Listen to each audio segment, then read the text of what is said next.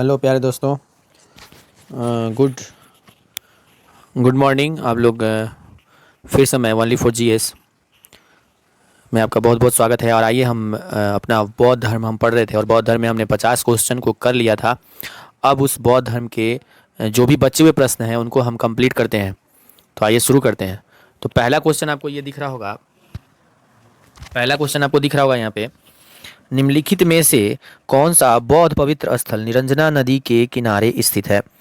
निरंजना नदी किनारे स्थित है, क्वेश्चन देखिएगा यहाँ पे।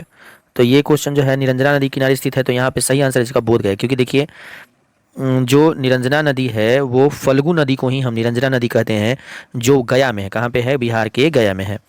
तो आपको ये आइडिया होगा। चलिए आगे चलते हैं। 53 नंबर क्वेश्चन, बुद्ध के उपदेश किससे संबंधित हैं? तो ये था आचरण और शुद्धता की पवित्रता से। आचरण और शुद्धता की पवित्रता से। आइए इसका डिस्क्रिप्शन देख लेते हैं। महात्मा बुद्ध के उपदेश आचरण की पवित्रता एक शुद्धता से संबंधित है। बुद्ध के उपदेशों में आत्मा संबंधी विवाद नहीं, धार्मिक कर्मकांडों की बुद्ध ने आलोचना की है। तो ये था। आगे चलिए देख लेते हैं 57। गौतम बुद्ध के बारे में निम्नलिखित में से क्या सत्य है? वे कर्म में विश्वास करते थे। दूसरा नंबर कह रहा है आत्मा का शरीर में परिवर्तन मानते थे, निर्माण प्राप्ति में विश्वास करते थे, ईश्वर की सत्ता में विश्वास करते थे। इसका सही आंसर हो जाएगा। तो आइए इसका डिस्क्रिप्शन देख लेते हैं हम लोग। महात्मा बुद्ध कर्म सिद्धांत में विश्वास करते थे, आत्मा में विश्वास न करते हुए पुनर्जन्म में विश्वास करते थे। तो यहाँ पे एक पॉइंट आपको मिला कि वो आत्मा में विश्वास नहीं करके पुनर्जन्म में विश्वास करते थे। बुद्ध के अनुसार चरित्र कर्म पुनर्जन्म होता है, अपने कर्मों के हिसाब से पुनर्जन्म होता है। निर्माण प्राप्ति में भी विश्वास करते थे, किंतु ईश्वर की सत्ता में विश्वास नहीं करते थे, ईश्वर को नहीं मानते थे। इस तरह से कथन 1 और 3 सही है, जो विकल्प में नहीं है। तो इस तरह से हो गया। तो 1 और 3 सही होगा इसमें, जो ऑप्शन में नहीं दिया हुआ है। तो यहाँ ध्यान दीजिएगा 1 और 3। आगे चलते हैं, अगला क्वेश्चन देखते हैं। बौद्ध संघ में भिक्षुणी के रूप में स्त्रियों के प्रवेश की अनुमति द्वारा दी गई। वैशाली के द्वारा, यानी वैशाली में दी गई थी, ठीक है ना? वैशाली में दी गई थी, वैशाली में दी गई थी, ठीक है। तो इसको ध्यान से रखिएगा। बौद्ध धर्म में भिक्षुणी के रूप में स्त्रियों की प्रवेश की अनुमति वैशाली में दी गई थी। अपने प्रिय शिष्य आनंद के कहने पर बुद्ध ने वैशाली में स्त्रियों को बौद्ध संघ में भिक्षुणी के रूप में प्रवेश की अनुमति प्रदान की। बौद्ध धर्म में सर्वप्रथम शामिल होने वाली स्त्री महाप्रजापति गौतमी थी। उनकी मौसी थी महाप्रजापति गौतमी, जो थी वो मौसी थी दोस्तों। और उन्होंने ही जो है बुद्ध को, यानी बुद्ध के बचपन का नाम था दोस्त, गौतम बुद्ध के बचपन का नाम सिद्धार्थ था, वही ने इनको पालन पोषण किया था। और उन्हीं यही जो प्रजापति गौतमी थी उन्होंने बड़ा किया था। और सबसे पहली महिला स्त्री जो थी, जिनको भिक्षा या बुद्ध की जो है ज्ञान जो मिला था, उनको भिक्षुणी के रूप में जो ज्ञान मिला था, वो पहली महिला महाप्रजापति गौतमी ही है। तो आप लोग इस चीज़ को ध्यान रखिएगा। आगे चलते हैं, अगला क्वेश्चन देखते हैं। त्रिपिटक क्या है? मोस्ट वीवीआई क्वेश्चन है दोस्तों, इसको ध्यान रखिएगा। गांधी जी के 3 मर्दन बिल्कुल नहीं है। ब्रह्मा विष्णु महेश बिल्कुल नहीं है। महावीर के 3 नगीने बिल्कुल नहीं है। बुद्ध के उपदेशों का संग्रह बिल्कुल सही बात है। बुद्ध के उपदेशों का संग्रह है त्रिपिटक। त्रिपिटक जो है बुद्ध के उपदेशों का संग्रह है। आइए देख लेते हैं क्या है इसमें। त्रिपिटक बौद्ध ग्रंथों में सर्वाधिक महत्वपूर्ण है। बुद्ध की मृत्यु के बाद उनकी शिक्षाओं को संकलित कर 3 भागों में बांटा गया। उनके शिक्षा को संकलित कर 3 भाग में बांटा गया। इन्हीं को त्रिपिटक कहते हैं। इसमें त्रिपिटक में आता है विनय पिटक, जिसमें संघ संबंधी नियम और आचरण का व्याख्या किया गया है। इसमें संघ संबंधी नियम और आचरण का व्याख्या किया है। सूत पिटक में धार्मिक सिद्धांत दिए गए हैं तथा अभिधम्ब पिटक में दार्शनिक सिद्धांत दिए गए हैं। तो इस तरह से आप इनको जो है ध्यान रखिएगा। आइए आगे चल लेते हैं। त्रिपिटक ग्रंथ किस धर्म से संबंधित है? अभी हमने पढ़ा दोस्तों, तो यह बौद्ध धर्म से संबंधित है त्रिपिटक। यहाँ पे क्या था? विनय पिटक, सूत पिटक और अभिधम्म पिटक। याद रखिएगा इसको, it is a most important question. घुमा के पूछेगा त्रिपिटक किस ग्रंथ से संबंधित, जैसे सेम क्वेश्चन यहाँ पूछा हुआ है। और वहाँ पे वैदिक धर्म भी दिया होगा, बौद्ध धर्म भी दिया होगा, जैन धर्म भी दिया होगा। तो इस तरह से कंफ्यूज करेंगे आपको। अच्छा, ये भी क्वेश्चन आ सकता है, जैसे आप बीपीएससी का तैयारी कर रहे हैं, 17वीं बीपीएससी, तो ये भी क्वेश्चन देखिए कंफ्यूज करने के लिए आपसे पूछ सकता है कि बताइए जो विनय पिटक है किससे संबंधित है? तो आपको यहाँ ध्यान रखना होगा, संघ संबंधी नियम तथा आचरण से संबंधित है। ठीक है, तो ये समझ गए आप। आइए आगे चलते हैं। 62 62 नंबर क्वेश्चन, 61 नंबर क्वेश्चन देखते हैं। त्रिपिटक किसकी धार्मिक पुस्तक है दोस्तों? अभी हमने पढ़ा था त्रिपिटक जो है वो किसकी धार्मिक पुस्तक है, तो बौद्ध की धार्मिक पुस्तक है। ठीक है, अगला क्वेश्चन देखते हैं दोस्तों। त्रिपिटक निम्नलिखित में से किससे संबंधित है?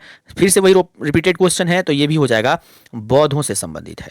अगला देखते हैं, निम्नलिखित में से किस बौद्ध ग्रंथ में संघ जीवन के नियम प्राप्त होते हैं? संघ के जीवन के नियम, यहां ध्यान दीजिएगा, संघ के जीवन के नियम, मैं 3 बार रिपीट कर रहा हूं, क्वेश्चन इंपॉर्टेंट है। तो विनय पिटक में अभी हमने पढ़ा था कि संघ के जीवन और आचरण के बारे में कहां दिया है, विनय पिटक में दिया है।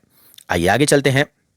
यमन बुद्ध पिटक से संबंधित है, बुद्ध के पिटक से संबंधित है। किस पिटक से संबंधित है, तो यह है अभिधम्म पिटक से संबंधित है यमन शब्द, ध्यान रखिएगा इसको। आइए थोड़ा सा डिस्क्रिप्शन देख लेते हैं। अभिधम्म पिटक में दार्शनिक सिद्धांतों को संग्रह मिलता है। यह प्रश्नोत्तर के रूप में अभिधम्म के अंतर्गत 7 ग्रंथ निम्नलिखित हैं। धम्म, सागणी, विभन और धातु के युग में यमन तथा पटान है। ठीक है, आगे चलते हैं। 65 नंबर देखते हैं। निम्नलिखित में से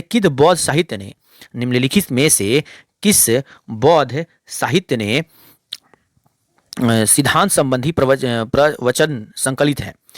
निम्नलिखित में से किस बौद्ध साहित्य में महात्मा बुद्ध के नैतिक एवं सिद्धांतिक संबंधित प्रवचन संकलित हैं? तो इसका सही आंसर हो जाएगा सूत पिटक दोस्तों, सूत पिटक, सही आंसर सूत पिटक हो जाएगा। आइए अगला देखते हैं। बौद्ध धर्म में त्रिरत्न का क्या अभिप्राय है? बौद्ध धर्म में त्रिरत्न का क्या अभिप्राय है? तो यही है बुद्ध, धम्म और संघ, ये अभिप्राय है। It is a very important question, बहुत बार आया हुआ है। अच्छा, आई होप आपकी पढ़ाई अच्छी चल रही होगी और आप लोग लगे रहिए। देखिए, हताश नहीं होना है, निराश नहीं होना है, लगे रहिएगा तो जरूर मेहनत कहीं बेकार नहीं जाती, सफलता निश्चित ही मिलेगी। बस आपको एक सही रास्ते पर निरंतर चलते रहना है। तो ये चीज़ है, आप एकदम निरंतर सही ट्रैक पे चल रहे हैं तो आप लगे रहिए, निराश नहीं होना है आपको। ठीक है, आगे चलते हैं। 67 नंबर क्वेश्चन देखते हैं दोस्तों। तो इसको देखेंगे। प्राचीन ज़्यादा छोटा, थोड़ा बड़ा कर लेता हूँ। हाँ, प्राचीन भारत में बौद्ध मठों में पौरण नामक समारोह आयोजित किया जाता था, जो संघ, निकाय, धर्म और विनय विषयों पर एक एक वक्ता को चुनने का अवसर होता था। वर्षा ऋतु के दौरान, बी नंबर कह रहा है, वर्षा ऋतु के दौरान मठों में प्रवास के समय भिक्षुओं द्वारा किए गए अपराधों की स्वीकारोक्ति का अवसर होता था। ये इसका सही आंसर बी हो जाएगा। देखिए, ये क्वेश्चन ऐसा है ना दोस्तों, ये क्वेश्चन देखिए आईएएस प्री में आया हुआ है 2002 में। हालांकि अब आईएएस का ट्रेंड भी ऐसा नहीं है, बट मैं यहाँ पे बता दूं कि देखिए, ऐसे पेपर जो में क्वेश्चन आते हैं एग्जाम में, तो वो आपको इसीलिए आते हैं कि आप इसमें उलझ जाइए। ये क्वेश्चन आप कितना भी पढ़ लेंगे ना, तो हमको नहीं लगता कि सही हो पाएगा, नहीं सही हो पाएगा। और टाइम टेकिंग क्वेश्चन है।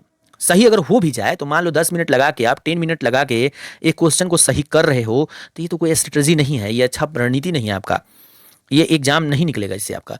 तो आपको ऐसे क्वेश्चन को ना, आपको या तो अगर नेगेटिव मार्किंग है तो अवॉइड कीजिए, अगर नेगेटिव नहीं है तो चांस ले लीजिए। मैं तो यही सलाह दूंगा। ऐसे क्वेश्चन को ना जो है ऐसे करते हैं, डील करना आना चाहिए। देखिए, पेपर जो है ना, पेपर निकालना किसी भी एग्जाम को क्रैक करने के लिए 3-4 स्ट्रेटेजी लगता है दोस्तों। स्ट्रेटेजी पे भी काम करना होता है, रणनीति भी आपको बनानी होती है। पता चले 1 से 100 तक क्वेश्चन है, आप 1 से 100 तक क्वेश्चन बनाना है, तो आप क्या कर रहे हैं, बिना कुछ सोचे समझे सारे क्वेश्चन पे उतना ही समय दे रहे हैं। पता चलेगा कि आप 20 क्वेश्चन लास्ट में छोड़ के आएंगे, क्योंकि वो 20 क्वेश्चन ऐसे होंगे जो आपको सही सही आते होंगे। सबसे पहले क्या होता है, तरीका ये अच्छा है कि आप एग्जाम में पेपर जब भी आप दें, तो सबसे पहले उस क्वेश्चन का अटेम्प्ट करना है जो आपको आते हैं, जो 100% श्योर हैं आप, उसको पहले राउंड में अटेम्प्ट करना है। सेकंड राउंड में वैसे क्वेश्चन जो होते हैं जो 50-50 हैं, उसको अटेम्प्ट किया जाता है। तो इस तरह की थोड़ी सी रणनीति में भी आपको काम करना होगा। बहरहाल आप बेहतर जानते होंगे। तो आइए आगे चलते हैं। अगला क्वेश्चन देखते हैं हम लोग। यहाँ पे है, अशोकाराम बिहार निम्नलिखित में से किस स्थान पर स्थित है? वैशाली, पाटलिपुत्रा, 2 ऑप्शन और ऊपर होगा, देख लेते हैं।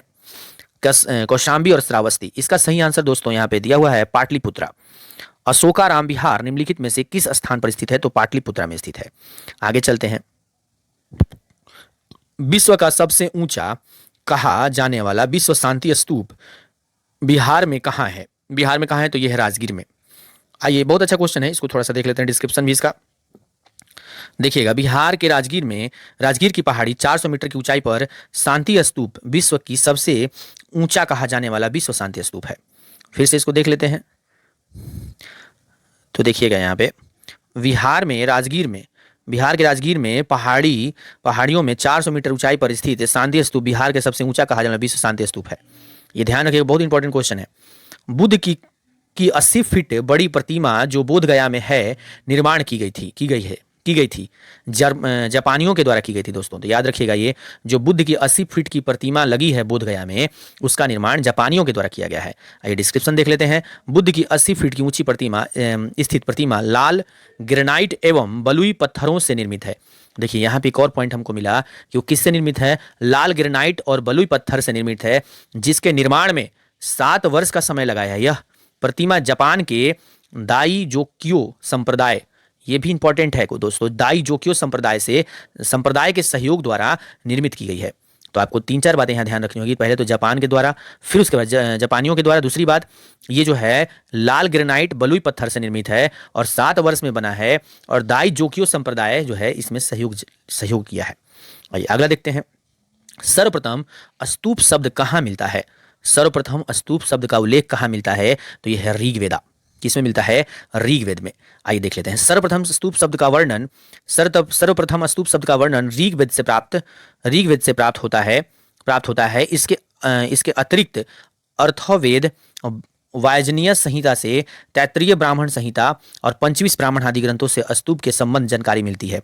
स्तूप का शाब्दिक अर्थ किसी वस्तु का ढेर है। ठीक है, आगे चलते हैं। आइए अगला क्वेश्चन देखते हैं। वह स्तूप स्थल जिसका संबंध भगवान बुद्ध के जीवन की किसी घटना से नहीं रहा है। कह रहा है कि वह स्तूप स्थल का बताइए जिसका संबंध भगवान बुद्ध के जीवन के किसी भी घटना से नहीं रहा है। वह है सांची का स्तूप जो है, जिससे भगवान बुद्ध का संबंध नहीं है। तो आइए देख लेते हैं। बोध गया का स्तूप स्थल बुद्ध की ज्ञान प्राप्ति से सारनाथ, धर्मचक्र तथा कुशीनार बुद्ध की मृत्यु संबंधित है, जबकि सांची बुद्ध के जीवन के किसी विशेष घटना से संबंधित नहीं है। क्लियर है दोस्तों? आगे चलते हैं। निम्नलिखित स्तूपों का सही तैथिक क्रम या कालानुक्रम क्या है? तो इसका सही आंसर हम लोग देख लेते हैं। बहरूत एवं सांची के स्तूप के स्थान मौर्य शासक अशोक के समकालीन हुई थी। कुछ ऐतिहासिक धर्मेक स्तूप का निर्माण काल भी अशोक के शासन काल में ही मानते हैं। अमरावती का स्तूप का निर्माण सातवाहन समय हुआ था। बरहुत, सांची एवं सुमेख स्तूप के निर्माण क्रम से निर्धारित संभव नहीं है। तो इस तरह से इसका आंसर जो है कंफ्यूजन है। तो इस तरह से इस क्वेश्चन को आप लोग अच्छे से इसको पढ़ लीजिएगा।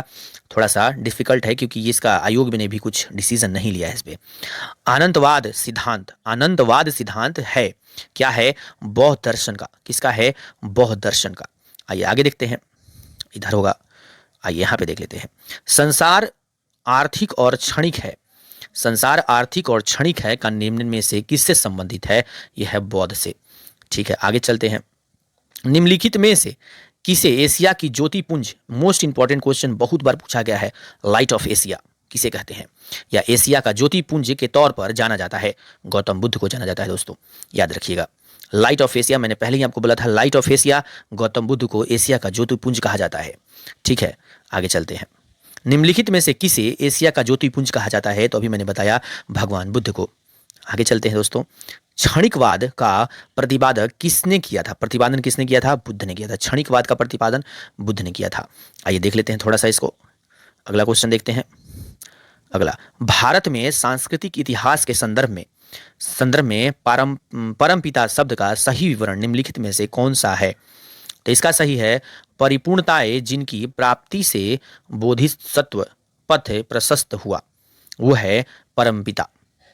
फिर से देखेंगे, इसका सही आंसर सी हो जाएगा।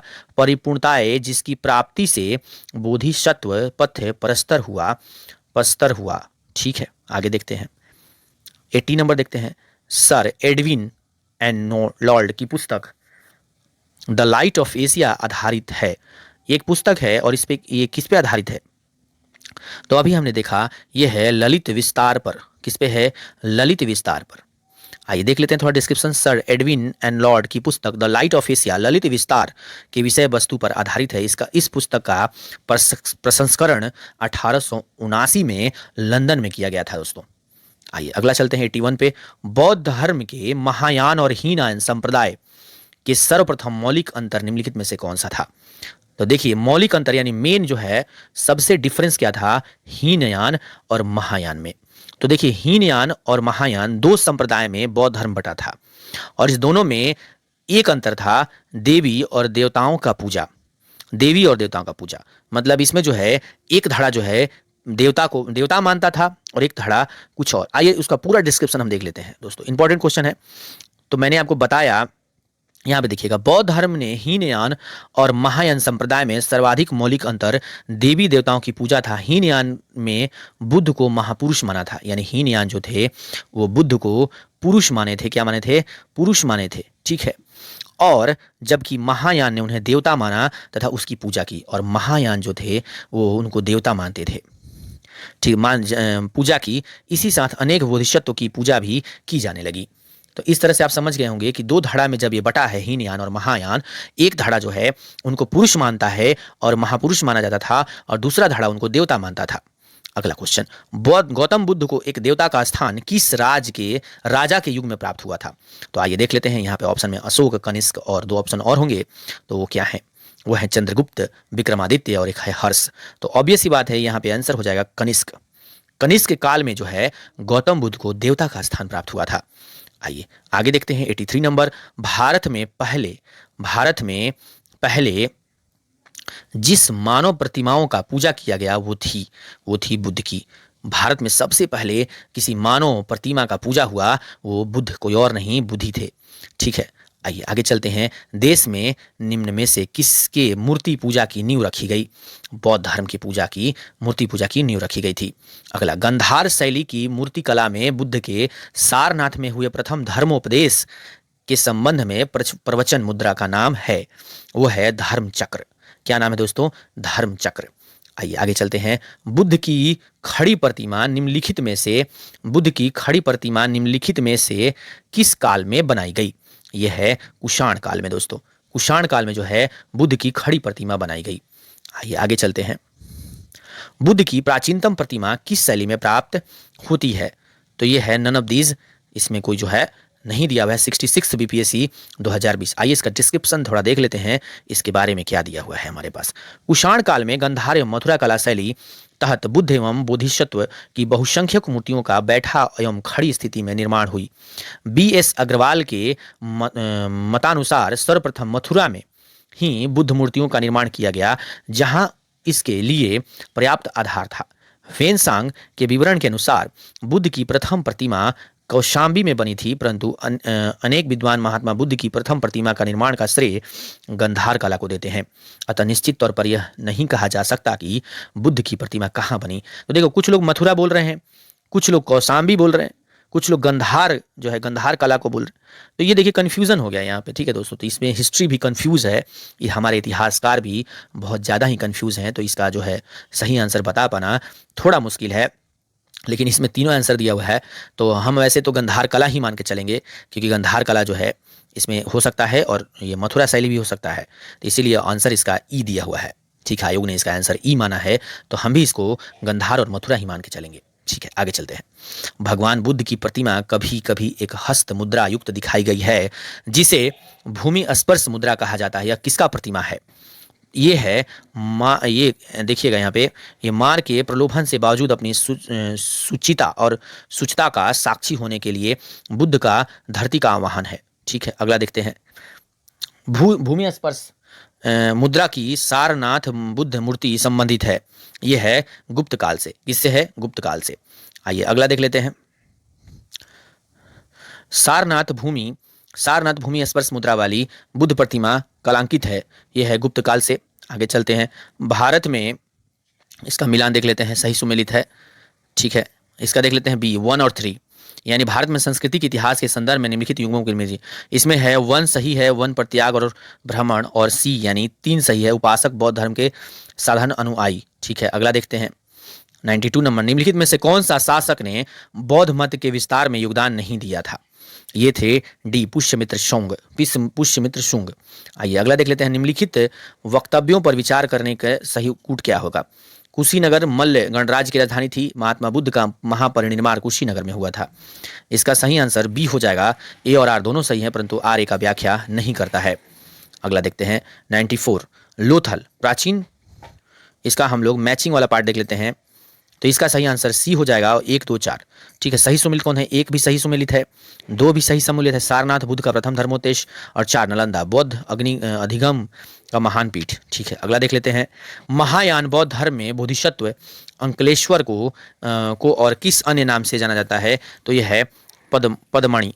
ठीक है, अगला देख लेते हैं 96 नंबर, 96 यहाँ पे होगा दोस्तों। आइए 96 देख लेते हैं। महात्मा बुद्ध भारत में धार्मिक इतिहास के संदर्भ में निम्नलिखित कथनों पर विचार कीजिए। स्थाविर महायान बौद्ध धर्म में संबंधित है। लोकवादी बौद्ध धर्म महायान संप्रदाय की है। तो इसका सही आंसर हो जाएगा बी, 2 और 3। लोकोत्तवादी संप्रदाय बौद्ध धर्म से महासंघिक संप्रदाय की एक शाखा है। महासंघिक द्वारा बुद्ध के देवत्वरोपण में महायान बौद्ध धर्म को प्रोत्साहित किया है। आगे देखते हैं 97। भारतीय इतिहास के संदर्भ में निम्नलिखित में से कौन सा भावी बुद्ध हैं जो संसार की रक्षा हेतु अवतरित होंगे? मैत्रेय। कौन है? मैत्रेय। आइए आगे देख लेते हैं। भारत में धार्मिक इतिहास के संदर्भ में निम्नलिखित कथनों पर विचार कीजिए। बोधिसत्व बौद्धम हीनयान संप्रदाय की केंद्रीय संकल्पना है। बोधिसत्व अपने प्रबोधन के मार्ग पर बढ़ता हुआ करुणामय है। तो इसका सही आंसर देखेंगे यहाँ पे दिया होगा, तो इसका सही आंसर दोस्तों बी होगा, 2 और 3। तो इसका सही आंसर 2 और 3 हो जाएगा। आगे देखते हैं 90। बोधिसत्व पद्ममणि का चित्र सर्वाधिक प्रसिद्ध और प्राय चित्रित चित्रकारी है जो है अजंता में। कहाँ है? अजंता महाराष्ट्र में दोस्तों, महाराष्ट्र में है अजंता।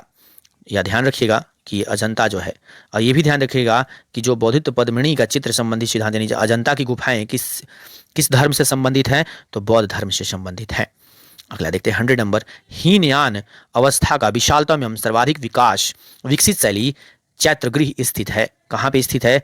कार्ले में। कहाँ पे स्थित है? कार्ले में दोस्तों। आगे देखते हैं 100 नंबर दोस्तों। 100 नंबर, 100 तो होगा, 101, 101।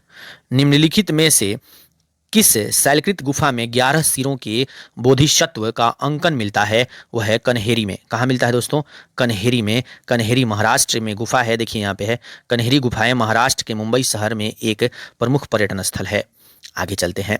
प्रथम शताब्दी ईस्वी में किस भारतीय बौद्ध भिक्षु को चीन भेजा गया था? तो यह है नागार्जुन। किसको भेजा गया था? नागार्जुन। शून्यता के सिद्धांत का सर्वाधिक प्रतिपादन करने वाले बौद्ध दार्शनिक का नाम क्या है? वह है नागार्जुन। ठीक है, नागार्जुन। आगे चलते हैं। अब कितना नंबर क्वेश्चन देखते हैं। नागार्जुन किस बौद्ध संप्रदाय से थे? तो नागार्जुन किस बौद्ध संप्रदाय से थे? तो हम माध्यमिका। कौन से है? माध्यमिका। आगे चलते हैं। बौद्ध शिक्षा का केंद्र है तो है विक्रमशिला। कहाँ है? विक्रमशिला। यहाँ देखिएगा विक्रमशिला के बारे में थोड़ा सा हम देख लेते हैं। प्राचीन काल में बौद्ध शिक्षा तीन प्रमुख केंद्र हुआ करते थे। इसको पूरा हम देख लेते हैं, थोड़ा छोटा करते हैं, बहुत बड़ा है। यहाँ देखिएगा थोड़ा सा ही, हाँ अब देखिएगा यहाँ पे प्राचीन बौद्ध शिक्षा तीन प्रमुख केंद्र नालंदा, बल्लभी और विक्रमशिला है। नालंदा बिहार आधुनिक पटना के दक्षिण में लगभग 40 किलोमीटर दूर आधुनिक बडगांव नामक ग्राम समीप स्थित था। यह महायान बौद्ध धर्म की शिक्षा का प्रमुख केंद्र था। बल्लभी गुजरात में काठियावाड़ के क्षेत्र में बल नामक स्थान पर स्थित था। प्राचीन भारत की शिक्षा में केंद्र था। यह हीनयान बौद्ध धर्म की शिक्षा का प्रमुख केंद्र। विक्रमशिला बिहार के आधुनिक भागलपुर में जो है स्थित है। मिली पूर्व की पत्थर घाट नामक पहाड़ी से स्थित विक्रमशिला है। तो आपको पता चल गया बिहार में दो मिल गया आपको, एक बिहार में विक्रमशिला भी है, नालंदा भी बिहार में मिला, विक्रमशिला भागलपुर में है और बल्लभी गुजरात में है। तो ध्यान रखिएगा इस बात को। आइए अगला क्वेश्चन देखते हैं 108। नालंदा विश्वविद्यालय की संस्थापक कौन थे? तो ये कुमारगुप्त थे दोस्तों, कुमारगुप्त। अगला चलते हैं। नालंदा विश्वविद्यालय किस लिए प्रसिद्ध था? तो ये था बौद्ध धर्म दर्शन के लिए। अगला चलते हैं। अगला 110 नंबर नीचे दिए गए। तो वहाबी शताब्दी में अंत तक नालंदा महाविद्यालय का पतन हो गया। महावीर को राजकीय प्रशय मिलना बंद हो गया। तो इसका सही आंसर हो जाएगा ए और आर दोनों सही है और आर ए का सही व्याख्या भी करता है। आइए अगला देखते हैं। अगला क्वेश्चन, नौ नालंदा महावीर किसके लिए विख्यात है? तो यह है पाली अनुसंधान संस्थान के लिए विख्यात है। आइए अगला 110 नंबर देखते हैं। निम्नलिखित में से निम्नलिखित में से कौन से बौद्ध धर्म और जैन धर्म में दोनों समान रूप से विद्यमान थे? तो यहाँ देखिएगा, इसका आंसर हो जाएगा बी 2, 3, 4।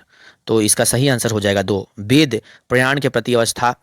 3 में देखिएगा कर्मकांड के फलताओं का निषेध, और 4 में देखिएगा प्राणियों की हिंसा का निषेध। तो ये 3 बातें इसमें विद्यमान है।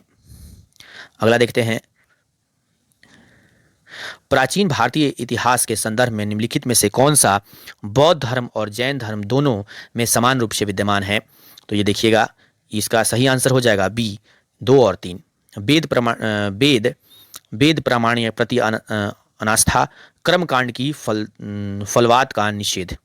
ठीक है, आगे चलते हैं। निम्नलिखित में से कौन सी बात बौद्ध धर्म और जैन धर्म में समान नहीं है? वह है आत्मदमन। क्या है? समान नहीं है, आत्मदमन। आगे चलते हैं। भगवान बुद्ध ने निम्नलिखित 4 आर्य सत्यों का प्रतिपादन किया है, नीचे दिए गए कूट में प्रयोग से उन्हें सही क्रम से लगाएं। तो इसका ADBC। तो देखिए क्रम क्या होगा, दुख का कारण 1 नंबर ये है, 2 नंबर ये है दोस्तों, फिर उसके बाद 3 नंबर है दुख का निरोध, और दुख निरोध का मार्ग 4 नंबर सी है। यानी 1 ये रहा, 2 ये रहा, 3 ये रहा, 4 ये रहा। तो पहला हो जाएगा दुख है, दुख का कारण है, दुख का निरोध है, दुख निरोध का मार्ग है। तो इस तरह से आपको मोक्ष की प्राप्ति होगी। आगे चलते हैं। 115 हो गया। 116 में देखते हैं, बौद्ध तथा जैन दोनों ही धर्म विश्वास करते हैं कि कर्म तथा पुनर्जन्म का सिद्धांत सही है। ठीक है, दोनों मानते थे दोस्तों। बौद्ध दर्शन के अनुसार विचार कीजिए, पुनर्जन्म नहीं होता, आत्मा की सत्ता नहीं है। इसमें क्या है, सही कौन है? मतलब असेसन रीजन है डी। ए गलत है किंतु आर सही है।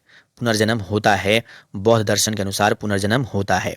तो इसका सही आंसर हो जाएगा डी नंबर दोस्तों। आगे चलते हैं। 118 119 पे, बौद्ध धर्म के विस्तार के कारण निम्नलिखित में विस्तार के कारणों में सम्मिलित थे: धर्म की सादगी, दलितों के लिए विशेष अपील, धर्म की मिशनरी भावना, स्थानीय भाषाओं का प्रयोग, दार्शनिकों द्वारा बौद्धिक भावना की सुदृढ़ता। तो इसका सही आंसर हो जाएगा सी, यानी 1, 2, 3, 4 चारों सही हैं दोस्तों। इसमें चारों सही हैं। क्वेश्चन आपको दिख रहा होगा आई थिंक। इसमें चारों सही हैं। एक, धर्म की सादगी भी, दलितों के लिए विशेष अपील भी, धार्मिक की मिशनरी भावना और स्थानीय भाषा का प्रयोग। आइए 120 नंबर देखते हैं। आरंभिक मध्ययुगीन समय के में बौद्ध धर्म का पतन किस किस कारण से शुरू हुआ? तो इसका सही आंसर हो जाएगा ए। उस समय तक बुद्ध विष्णु के अवतार समझे जाने लगे और वैष्णव धर्म का हिस्सा बन गए। ठीक है, अगला, भारत में धार्मिक इतिहास के संदर्भ में लिखित कथनों पर विचार कीजिए। इसका सही आंसर हो जाएगा 121 का बी, केवल 2। क्या था इसका? सार्वश्रुत मान्यता की दुर्दशा के कारण अपितु रूप में सदैव विद्यमान रहा। ठीक है, अगला देखते हैं।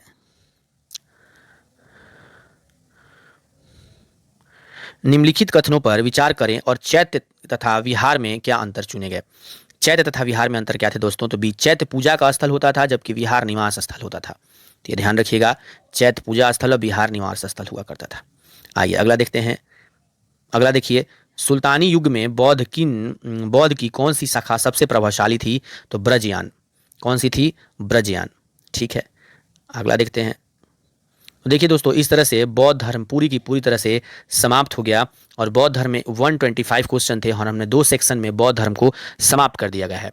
नेक्स्ट वीडियो जो हमारा होगा दोस्तों, नेक्स्ट वीडियो हमारा जैन धर्म पे आएगा। किस पे आएगा? जैन धर्म पे। तो आप तैयार रहिएगा इसके लिए और आप लोग प्रैक्टिस करते रहिए और क्वेश्चन देखिए लगाते रहिए, प्रैक्टिस करते रहिए, क्वेश्चन लगाते रहिएगा तो चीज़ें ईजी हो जाएंगी, आसान हो जाएंगी आपके लिए। कहते हैं ना, इंग्लिश में कहावत सुने होंगे आपने कि प्रैक्टिस मेक्स मैन परफेक्ट। अभ्यास इंसान को पूर्ण बनाता है। तो आपको भी क्या करना होगा? अभ्यास करना होगा। चाहे कितना भी आप पढ़ लीजिए, बिना अभ्यास के आप पूर्ण नहीं हो सकते। तो इसी टोन के साथ मैं आज के वीडियो को समाप्त करता हूँ। आई होप आपकी पढ़ाई अच्छी चल रही होगी और अच्छी चलनी भी चाहिए, क्योंकि जल्द ही 1000+ 17वीं बीपीएससी का वैकेंसी आ रहा है। तो इस बार कह के लेंगे, इस बार स्पिरिट ये रखिए कि कह के नौकरी लेंगे और इस बार एक सीट आपका बीपीएससी में तो पक्का होना ही चाहिए। Thank you.